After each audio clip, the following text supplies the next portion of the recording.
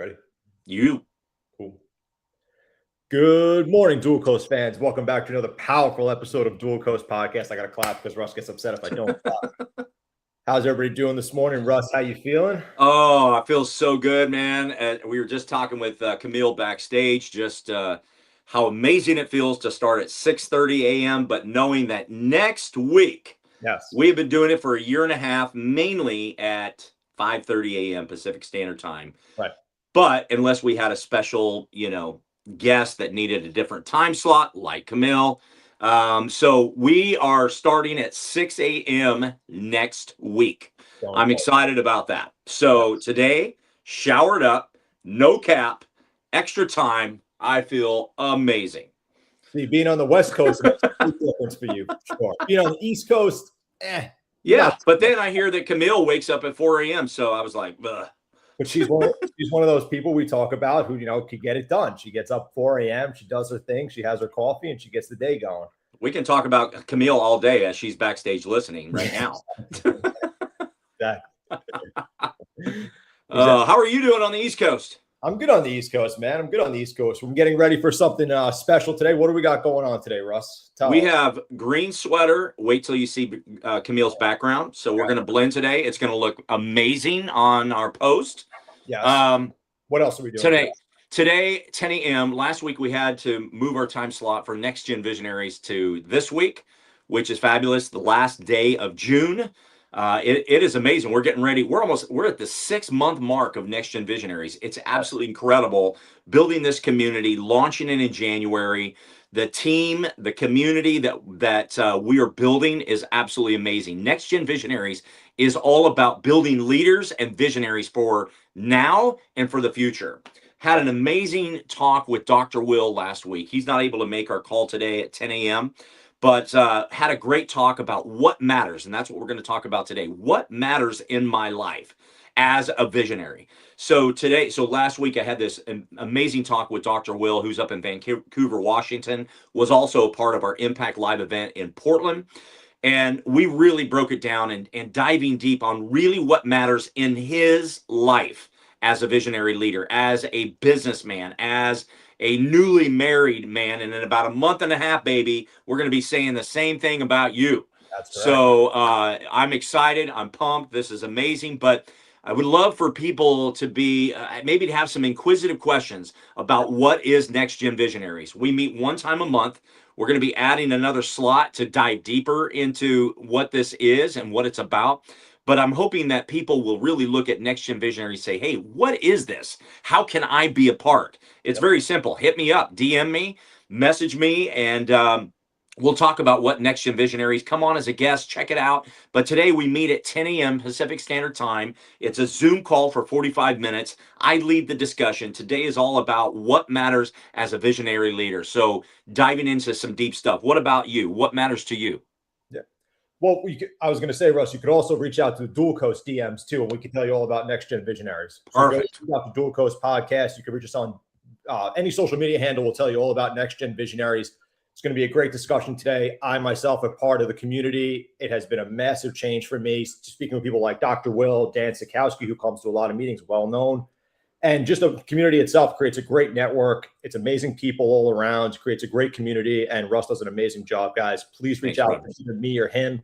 We could get you a slot in Next Gen, however necessary. Reach out to Dual Coast social media handles. And Russ, do you have you can reach out to you at Russell Rogers. Was the best RussellRogers.net. RussellRogers.net is probably the best way. Okay. Yep. That's awesome. It's going to be great. So yeah, check it out. Ask some questions and let's get going, man. Love to have you people a part of the community. Let's do it. But today we have a special guest, just like we do every week, with Camille Ellis. I'm so excited to have Camille on. And so let's bring her on and we'll talk about it so everybody can see her face. Let's do it. Camille, welcome to the stage. Morning. I'm so happy to be here. Thank you for having me. Absolutely. Thank you for being here. I'm gonna be your new wall art. Yeah. Matching up so nicely. I'm actually getting my wall art hung properly today with my son. Oh, okay. I can't wait. Nice. Yeah. No, it needs to be lower. It's too high and I don't want to mess it up. So I'm okay. for somebody who knows what they're doing. It's perfect. It's perfect. That's awesome. Camille, welcome to Dual Coast. Thanks for coming on. Thanks for being here. Camille and I met a couple of, I don't know, 2 months ago, 2.5 months ago, something like that. I don't know, 3 months ago. Anyway, we had coffee, met through a friend named Neil Perlberg. And Neil is a local dynamo here in Santa Cruz area. But he introduced Camille and I had some coffee before we did the Impact Live event. At the Impact Live event in Santa Cruz, called an audible. We had a little time, brought Camille up, sat down on the stage. She walked up. We had a nice little talk, a little interview.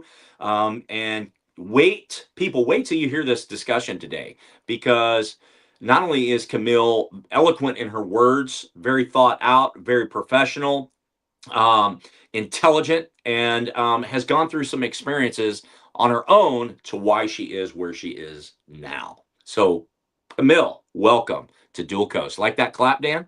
I love that. Yay! Yeah, he stole that from me. Thank you. Oh man. Hey, Camille, let's talk about, just real quick, on a much lighter note. What is it in your life that gets you to unlock yourself, to relax, to get out, whether it's outside, you're working out? Tell us a little bit about your lifestyle before we dive into some deeper questions. Okay, well, I have a blended lifestyle. I want to start my day very peacefully and very centered. So I have a real clear focus of how I want my day to go.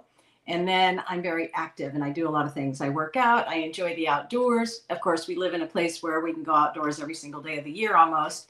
So, it's always... Don't be jealous, Dan. Yeah.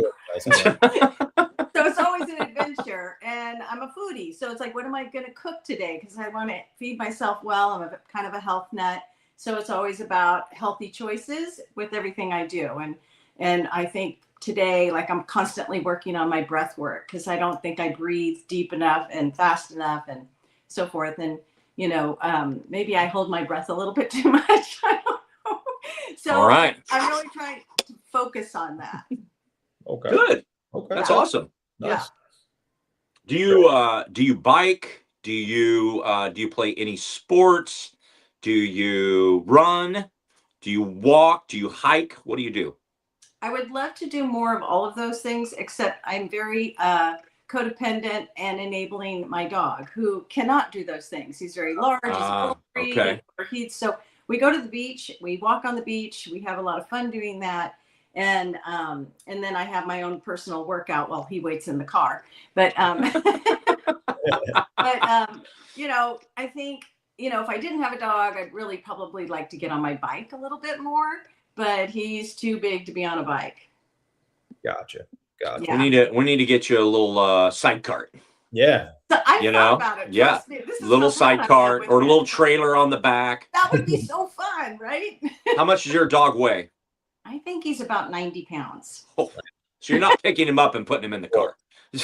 Actually, I kind of do, because he's a handicapped dog. He's missing a hip joint. And so when he goes to get in my car, which is an SUV, so it's a little higher, he gets his front half up and I heave-hove his back half.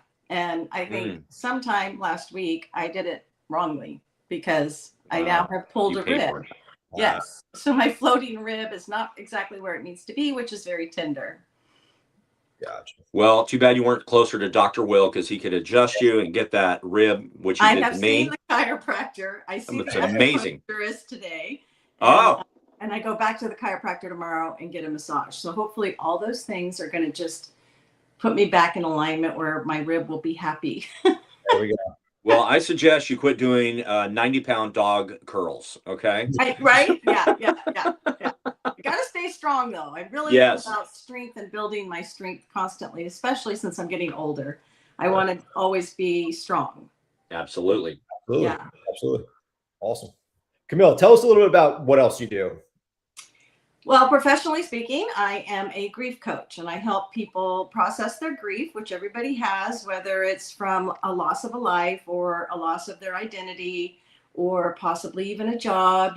Things happen that create grief for all of us, and it's how we want to experience it and manage it. And some people get really stuck. So I'm, honored to say I get to help these people out of the worst misery of their lives sometimes. Yeah. Mm. Yeah.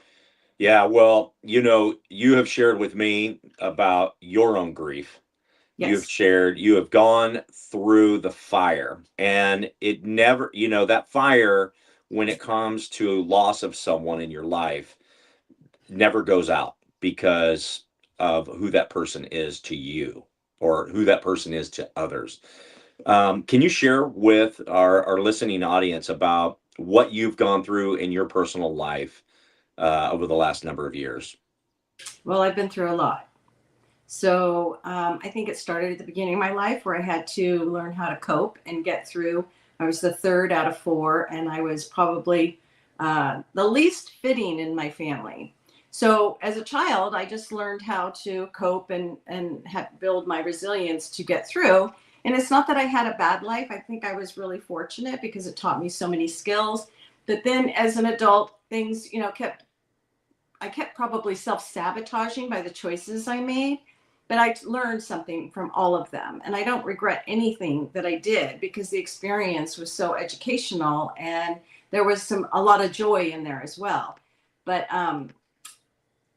the trauma that hit me the hardest probably was raising my youngest son, who was a very, very difficult spirit, let's call him. He was an angry child from the minute he was born. And how do you have an angry infant and cope, right? I had already had one child and he was the perfect child. He was happy and everything was great. I thought I was a gifted mother and knew the skills. And then I was given the gift of not having the skills and having to learn new skills. And so I did. More resilience, more capabilities, more capacity just kept building up in me and how to do this right. I wanted to be the best mom I could be. I'm an educated woman. I come from a very healthy background, and I know that we can fix all things about ourselves if we just try what we need. And it means trying a lot of different things. So that's what I did with my youngest son, and it helped a lot. It just wasn't ever the answer because his issue was here, and I didn't know a lot about the brain to understand how I could help him other than to love him and nurture him and give him everything I had. And then during his teenage years, my stepdaughter got really sick and we all believed she was going to die. She came home from college and lost all of her mobility and nobody knew what was wrong with her. So that was a really frightening experience, thinking your child is going to die. They're in the hospital and they can't function their mobilities anymore. And it affected everything, her swallowing, her eyesight, her speech, everything. So it was very, very scary. And it ended up being a bacteria in her brainstem. So her brain couldn't communicate with her body. They never really figured out what it was, but they were able to kill the bacteria so that she could start healing, which would be a long process because of all the inflammation in her brain. And during that process, I was fighting for her like you wouldn't believe. I have all this education from my family, 4 years, not 4 years, 4 generations of chiropractors and healing naturally and different things because the medical doctors didn't know what to do. They just said, you got to do therapy and it might take a year, but you may not get 100% of your mobility back. And she came from a family of give me a pill and let's make it better. And that doesn't work in these circumstances. So she and I started butting heads because I wanted her to do the work she had to do, like her therapy. And she decided, and she was one of my closest people, loved her to death, to tell me to get the hell out of her life. And that was painful. So it really taught me how to love her just as she was and stop trying to help her because she didn't want it. And what I learned was that what was going on actually worked for her. It just didn't work for me. And I had to step back and let her go, which was so painful, but it prepared me for something that I had no idea that was going to happen. Oh, man.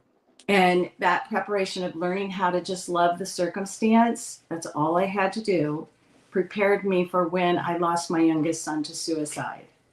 And having to learn how to love that, which was not something I like at all. Okay.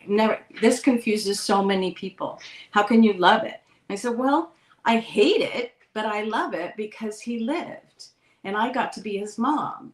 And so I created an experience for me in my grief and my worst experience of my life of accepting, allowing, recreating, reinventing myself. Now I get to be this mother who lost a child, which no parent ever wants to experience, and how I want to do it. So it became this building block of creating, how can I be my best self? How can I develop myself with this sadness, with this grief, and be of service now, not just to myself, which was most important, but also to my other children and to my business and my husband at the time, and even my dog. I mean, I thought about all the crazy things that I didn't think I'd be capable of doing anymore because I was so sad.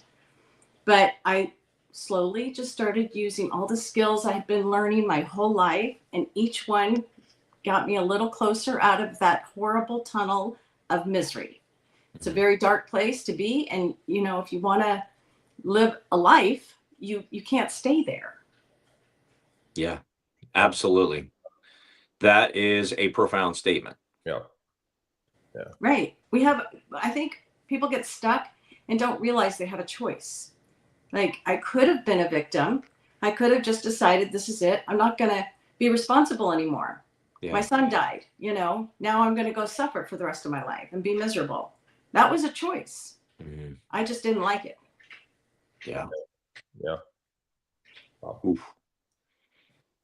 Camille, through that process of grief, how would you say that changed the way you define strength today?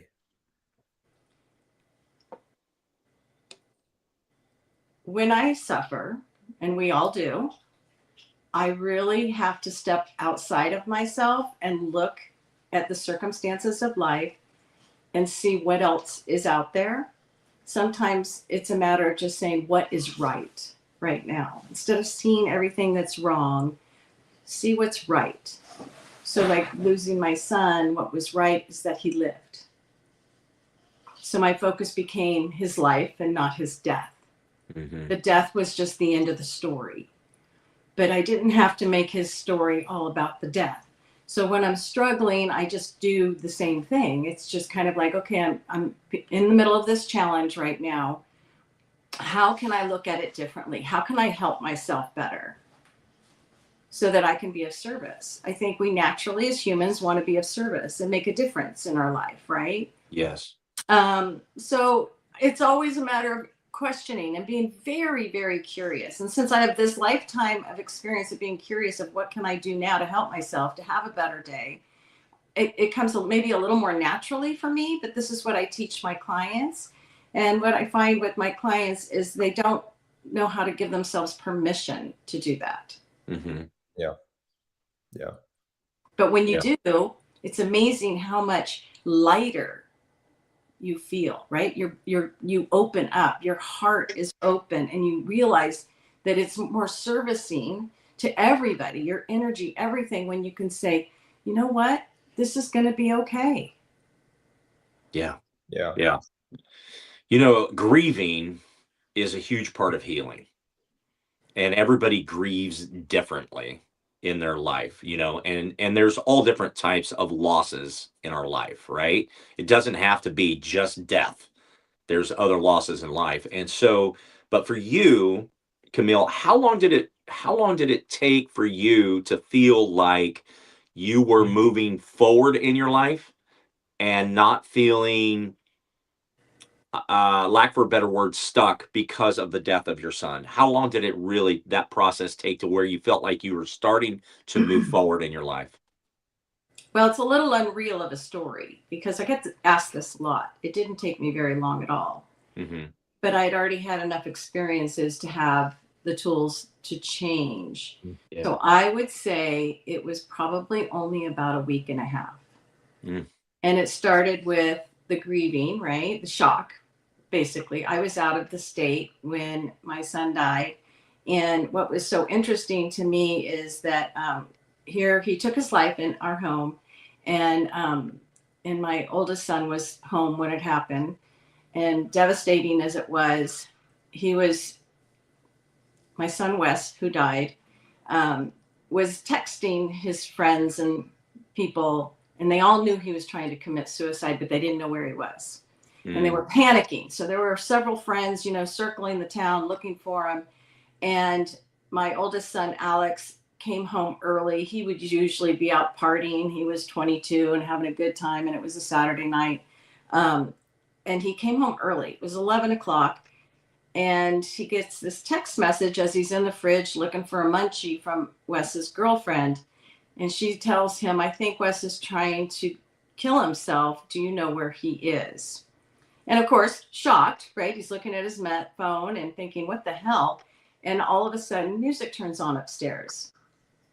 And so he goes upstairs, and as he gets to the top of the landing, the gun goes off.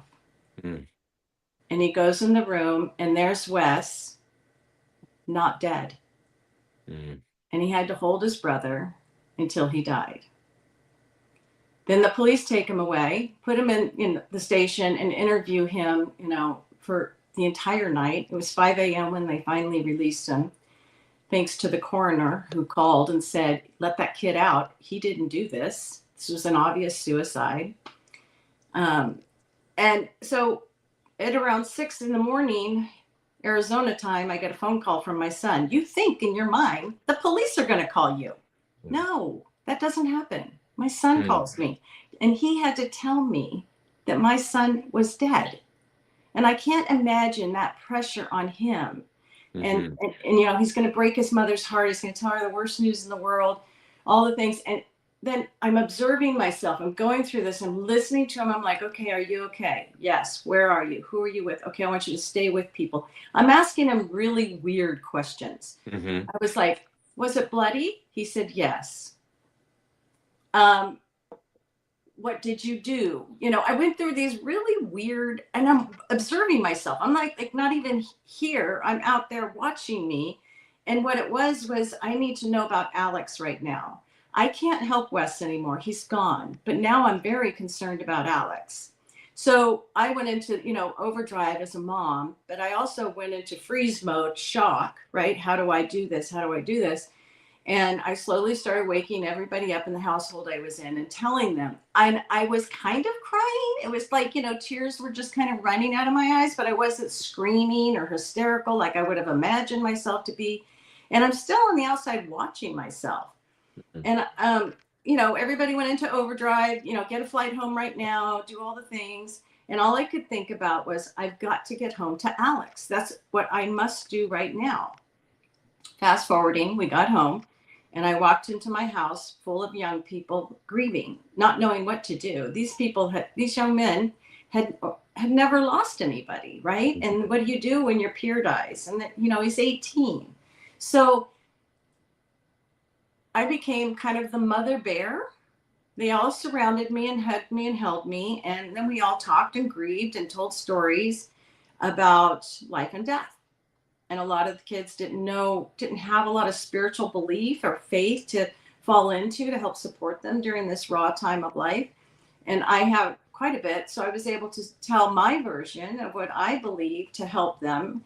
And I think it did. So we did this for like a week. Mm-hmm. And I just was the mother bear the whole time. I remember not really being able to eat. So I knew emotionally I was really out of whack. I think the only thing I could eat was macaroni salad, and I don't even like macaroni salad that much. So it was kind of interesting. It's like, I can't chew anything, but I can get some macaroni salad in me because it's really important to eat. And then when the house kind of settled down, so in a little over a week, and my sister had been there the whole time to support me and take all the phone calls. I was in my yard breaking, and it was really raw, really emotional. I may even cry as I tell the story because it was just so raw. You just feel yourself going down, down, down. And I told myself some really miserable stories, and it just made me feel worse. I thought, I'm never, ever going to be happy again. I am never, ever going to truly smile again. It's going to be this fake happiness, this like fraud in front of people. And it just made me feel so sad. But as I was listening to my stories that I was telling myself, I started recognizing how I was making it all about me. And I didn't like that. Mm-hmm. I was like, this doesn't fit in my heart. I don't think this is a true story. I don't like it. And so I started focusing on, I don't like being a victim, and I think I'm pretty strong, but I was pissed too. Like, why do I have to do this too? Why do I have to lose a child? I've already been through enough. And a question popped in my head. Why not me? Why can't it be me? Right. Do I want to hand this experience over to you, Russ, or to you, Dan? And I couldn't hand it off to anybody. This is a terrible experience. So if anybody can do it, I can do it. So it kind of lifted me up. Like, okay, so if I can do this, how do I want to do it? How can I do this? And I sat there crying miserably, grieving, and just letting that grief just come on in, just be in my whole entire body and just feel it. And as I was sitting there falling apart, I realized this is going to change me forever. And I am going to be happy. I'm actually going to be happier because I know what this feels like. I'm going to be happy when I see hopeful grandchildren in the future. I'm going to laugh really deeply because life is just what it is. And I'm going to do this. And I'm going to do it with the greatest strength for my son.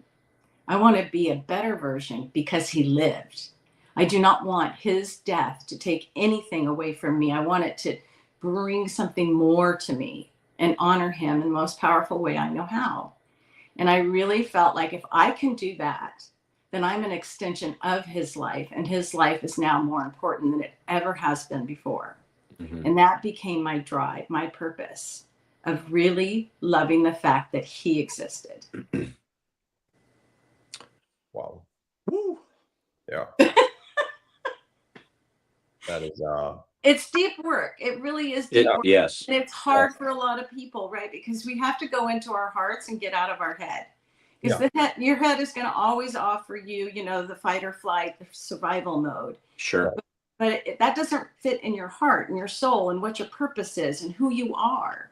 But we all have to learn who we are and who we want to be. And that's where my coaching comes in. It's really, it's a challenge for people. They never really thought it was a choice, right? Everybody's on autopilot, living their life, dealing with what comes to them. But they might be reacting and not responding. And they may not have a goal of where to go so that they can land where they should be to be of the most service to themselves and their life. Right. That's actually a good point, Camille. When you have these coaching, when you coach and going through these processes, is there any single daily habits that you try to instill in these people to regulate their emotions? Is there anything specific that you train them to do? Well, there's a lot you can do, and it depends on the individual. Some people are already doing some of it, but you have to change your patterns, right? If you're going to keep doing the exact same thing, we know what's going to happen, right? It's very predictable. And so if you're looking for change, then you have to be willing to make that change. And in order to make the change, you have to recognize what you're doing right now, right?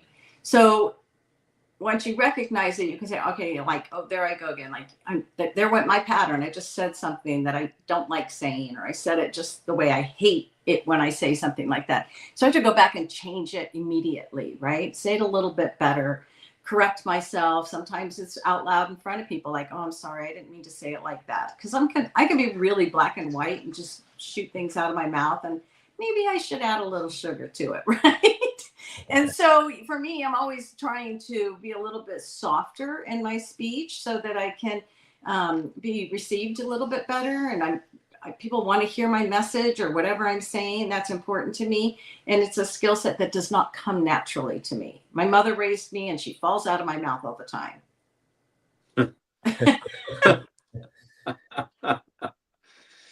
Oh my goodness. Wow.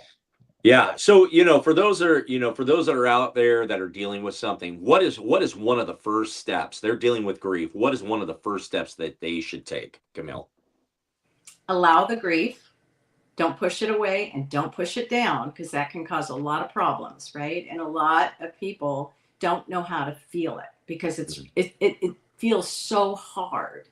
And it's not a pleasant experience. It's just a human emotion, and it comes into your body, and sometimes it consumes it, and other times it's softer. It just shows up, for whatever reason, right? Maybe a thought you had, maybe you think you saw somebody that looked just like the person who died, or if it's not from a death, it could be what you believed should have been. Mm-hmm. Like one of my stories, I believed, because my son was so challenging to raise, I believed when he was in his 30s, he would be more balanced, and I couldn't wait to have a conversation with him in his 30s. So when he died, I was a little disturbed that I wasn't going to get to do that. I really wanted to meet that version of him, and I didn't get to. So that was something I tortured myself with. And these are the things we do to ourselves daily. We create a scenario of what life is going to be like when we're, tomorrow, next week, 5 years from now, whatever it is, what our children are going to be like, what our spouses or partners are going to be like. And then they are something different, and we get, upset for whatever reason. And we have created that all by ourselves. They didn't do anything wrong. Yeah. We did by creating an idea of what it would be like. Right. So if you can let go of everything and accept what is in this moment in time, then you're going to be a little bit more open to, processing it better. And that's part of the grieving. Like, just be open to it and watch it, feel it. Notice how sometimes it's hard and sometimes it's soft. And one thing is grief doesn't go away. You don't get over it. You're always going to grieve because you lost something that you really had hoped for or loved or whatever it is. And so you have to bring in what was good about it. Like, I brought in my son's life versus his death. His life outweighs his death so much. Mm-hmm. Or let's say you lost your career job you thought you were going to retire from, right? You're devastated. You really believe this was it for you. And that can take you down a slippery slope of failure, misery, all the things. But you can look at what you had as a skill set that's taking you somewhere you couldn't prepare yourself for. And it might be amazing. I could never have imagined who I am today before all of this. No way.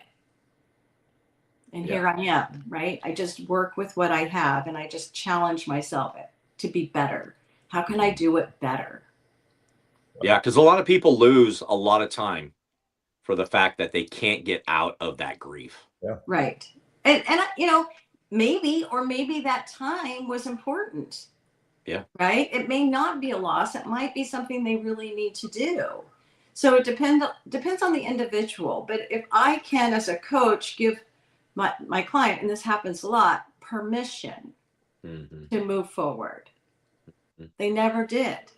Right. It's like they just kept themselves anchored down to this place that they didn't like, but they wanted out, but they stayed there because that's all they knew. Yes. And it's like, well, what if you did something different? Like,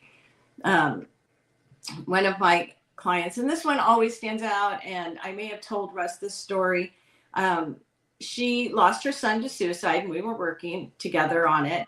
And then her only other child, took his life as well. So now she's the mother who's lost all of her children, both to suicide. And even as a coach, when she messaged me and said, I really need to talk to you, and I think she told me in an email, I had to coach myself on how to work with her because I don't know that experience. And I wanted to help her in the most profound way I possibly could.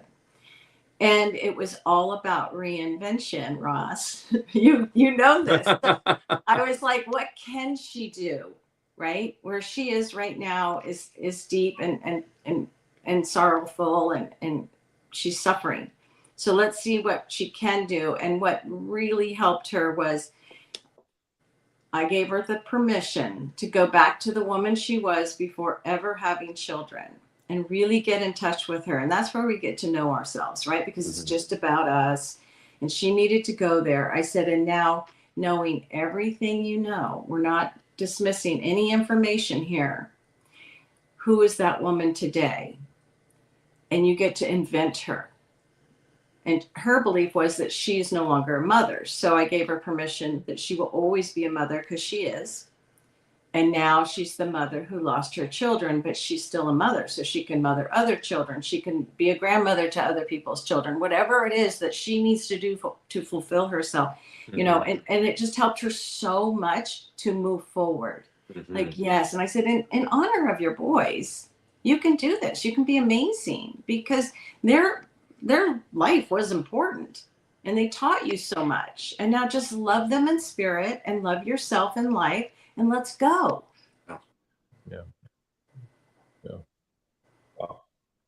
Yeah, you did share that story with me. And you know, it hits me hard every time that I hear that, right? To lose both of your children. Yeah. Right. But I think that, you know, when you talk about reinventing yourself, you know, and the advice that you offered to her, that she can reinvent herself through others, that's a beautiful thing. You know, and to give to others, to give to community, to give to families, to give to children, whatever. There's so many outlets for somebody that is grieving, you know, to find somebody or someone in which they can give back to. You know, you lose a spouse, or you have a divorce, or you like you said, a job. I've seen people that have been, you know, stymied because of that fact. In fact, I'm getting on a conversation tomorrow with a guy that's lost his job in 20 plus years, right? And so, you know, we're going to have a chat. And it's you know, everybody deals with it differently, but having people like you is super important. Well, and it's, you know, like if you were to look at everything in your life and say, okay, the possibilities are endless, right? They're really endless. And the only thing getting in our way is ourselves.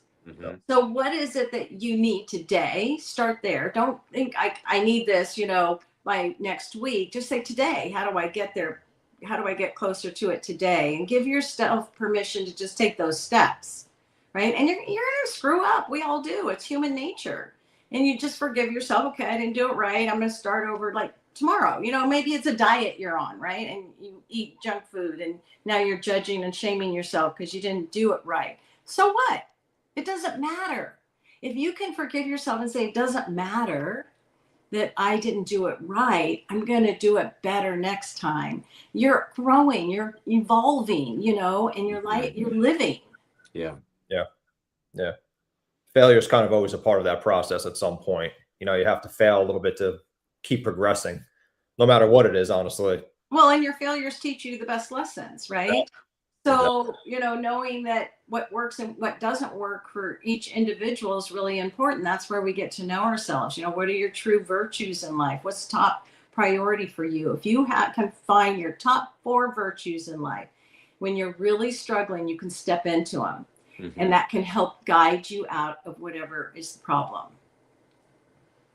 Yeah. Love that. Love that too. Camille, the way you said grief is kind of a lifelong process, or is a lifelong process. Do you feel that a lot of people with unresolved issues or unresolved trauma, it starts to manifest in them physically at some point? Absolutely. I mean, we've all been there, right? Where we're in the wrong room and we're around a toxic energy, whether it's one person or a bunch of people or just a dangerous situation. And we know we need to get out. Our brain is telling us, get the heck out. Listen to that, right? But also know when you're doing it to yourself, right? So it's really important to just be aware of what's going on up here versus here, what's right for you. Some people just have patterns of negative thinking and everything's terrible. I mean, look at the politics today. I mean, it's a great example, right? And so when I find somebody today who is just hateful of the politics, you know, I say, don't give them your joy. Why are you giving up your joy? That's what they want, right? They want to control you. Not to get political, because I don't, but it's like, help yourself, love your life, live within your means, which is good for you, and know that we can't control all of that. We don't have to like it, but don't give up this. Yeah.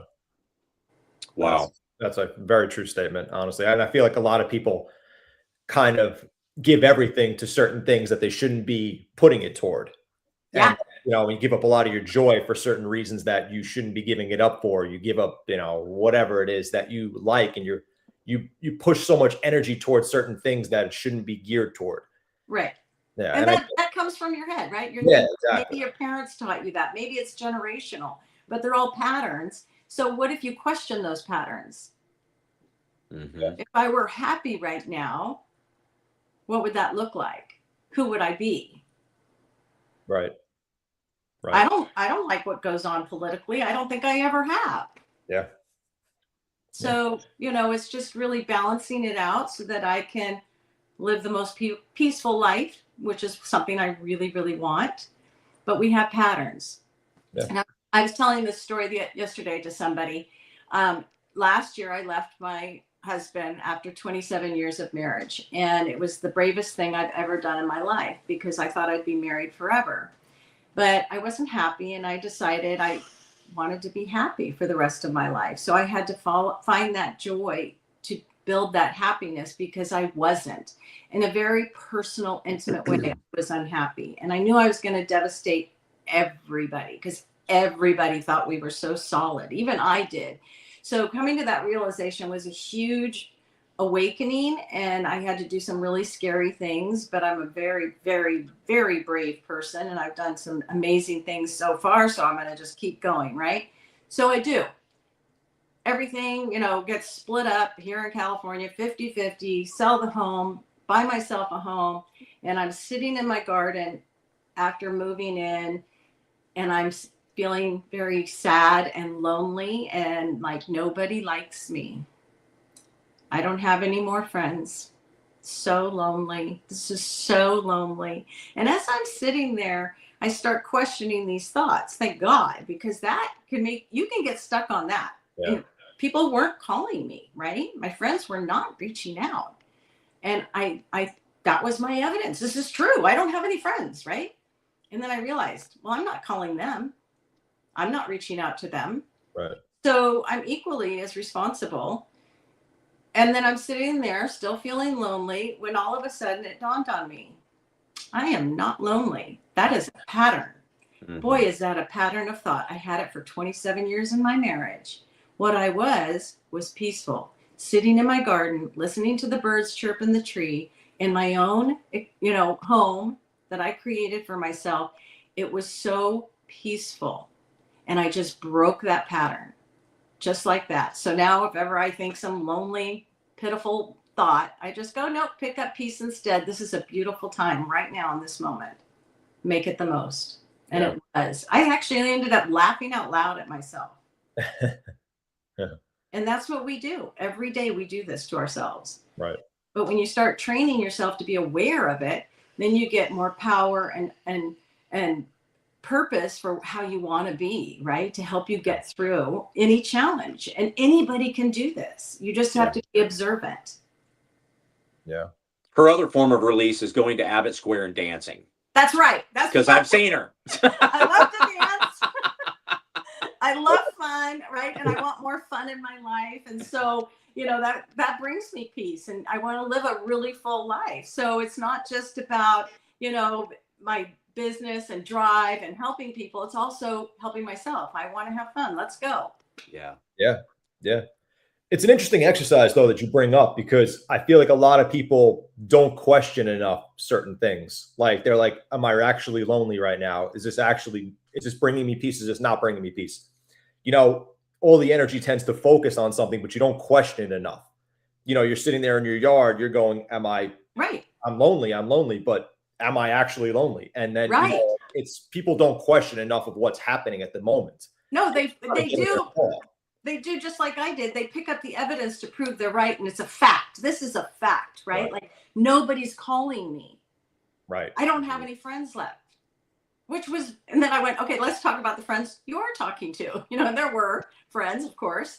And then let's talk about the ones who's not calling me, and am I calling them? So it's just questioning it and proving your thoughts to be totally inaccurate. Yeah. And it just brought so much, great joy to me. And you feel really powerful when you can override your own miserable thoughts. It's a very powerful feeling. Yeah. That's kind of how you would get out of also fear scenarios with certain things too. Not even just in the grieving process, just saying like, why am I so fearful right now of trying to do this or get out of this job or get out of this, career path or make a change in my life?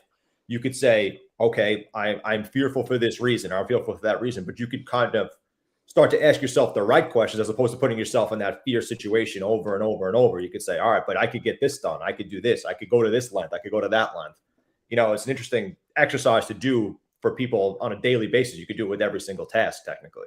And often we think it's something it's not. So starting with you guys this morning, I was like, God, I think I feel really nervous, Now, let's not forget. You should be. I just drank a bunch of coffee, right? So coffee gets me going. But I was the first thought I had was that I was nervous. And I was like, I don't really get nervous. Right. So what I realized was I was excited. And they both feel very similar, right? And so it's really recognizing your emotions to identify them properly. Other times when I do have, I'm intimidated, right? Going up with you at the show, there was a little bit of fear, nervousness, or whatever.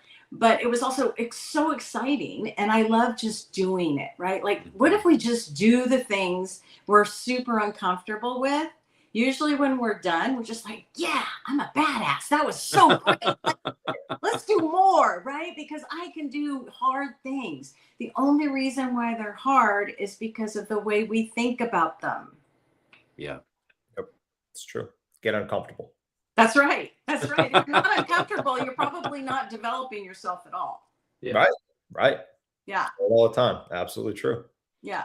Absolutely true. Bill, how important is it for someone to find themselves in activities that are going through a grieving process? What does the physical aspect of getting outside, moving their bodies, finding some form of Pilates or yoga or something, how important is it for them in this grieving process to do something along those lines?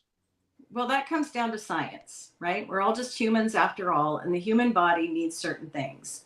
So, it is important to eat, and that might be difficult like it was for me, but I made sure I could eat whatever it was I could eat. But getting outside, breathing, another thing I'm working on, right? Fresh air, doing things that stimulate the body on a scientific level. So you're helping yourself, because emotionally you're going to go through a lot, and it's going to be very, very draining. It's going to take a lot out of you. So you want to support the body as much as you can. And a lot of people don't know how. I mean, this is an education I was given at birth. So I knew, by instinct what I needed. But there is education everywhere. Don't ignore it, right? We all know the difference of a healthy diet versus a bad diet. So, if you're going to feed your body crap, you're probably going to feel like crap. So if you're going through crap, try something different, like, a vegetable and some whole foods, right? Yes. And hydration. There you go, because what do you want to do when you're miserable? You want to drink a lot of alcohol, right? What does alcohol do? Makes you depressed, right? It's just like this evil cycle, and just be aware of when you're doing it. And so that you can monitor yourself and help yourself better, so that you're supporting your physical body so that your mind can work better. Yeah. Yeah. Awesome. And it could be different for everybody, like some absolutely people like to run. I am not a runner. I am not a swimmer. I'm not going to do those things. Yep. So, it's like, well, what can I do that I really enjoy? What feeds my soul? A good walk, a hike. Oh my God, seeing, Mother Nature and beautiful things, that really brings me in. Yep. Right. And can be very magical. Right. I feel like it's a form of disassociation, whatever helps you disassociate, being outside, nature, walks, whatever it may be. Yeah. And, it's like some people don't see it because they're not looking for it. And you're going to see whatever you're looking for. So if you want to look for misery, you'll find it, But if you want to look for something magical, Mother Nature is a great place to go. Yes. I mean, just watching bees pollinate flowers and hang out, you can sit right next to them, and it's a beautiful thing, right? You don't have to be afraid. It's nothing scary. It's just Mother Nature, and we're all here together.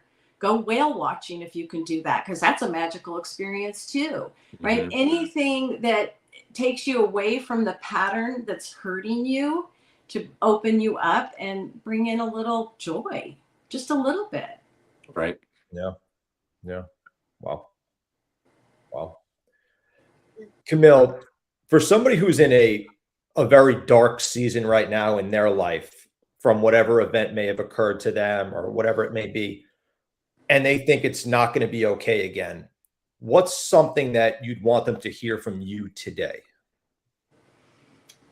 Believe in possibilities, number one. And I would write everything down that you think is wrong and really look at it, right? What's going on in your head? Write it down, journal, whatever, record it. I don't care. And read it or listen to it, because you're going to hear all the lies in it. You know, just like I did when I thought I would never truly smile again. I knew immediately that was a lie.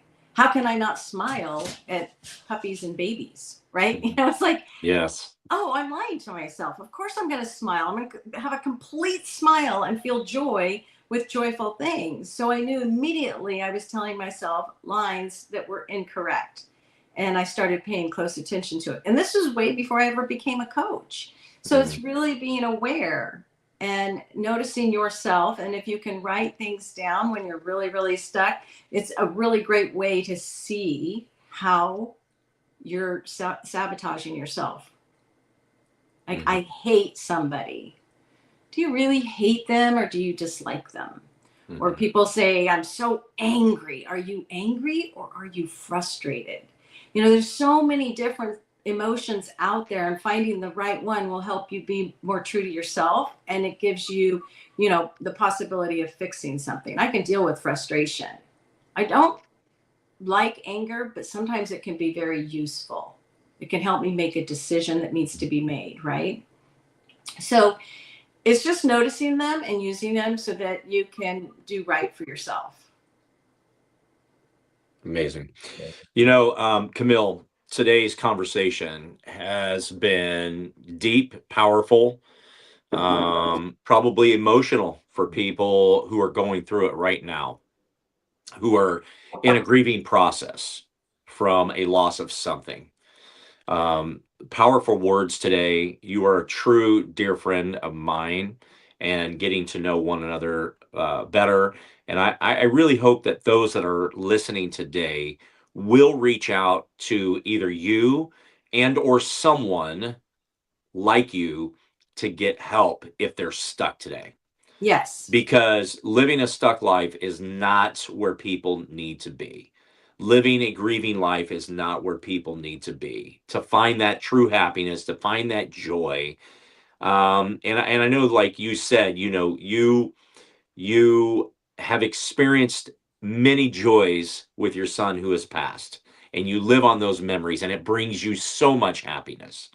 And with your children now and your friends now, you didn't allow this process to defeat you in your life.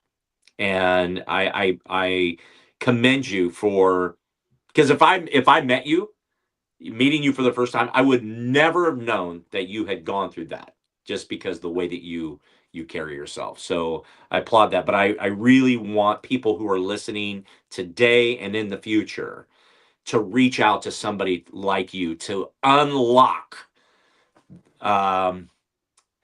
that true happiness of what they can get out of life and where they can go into life, and don't let the situation defeat them.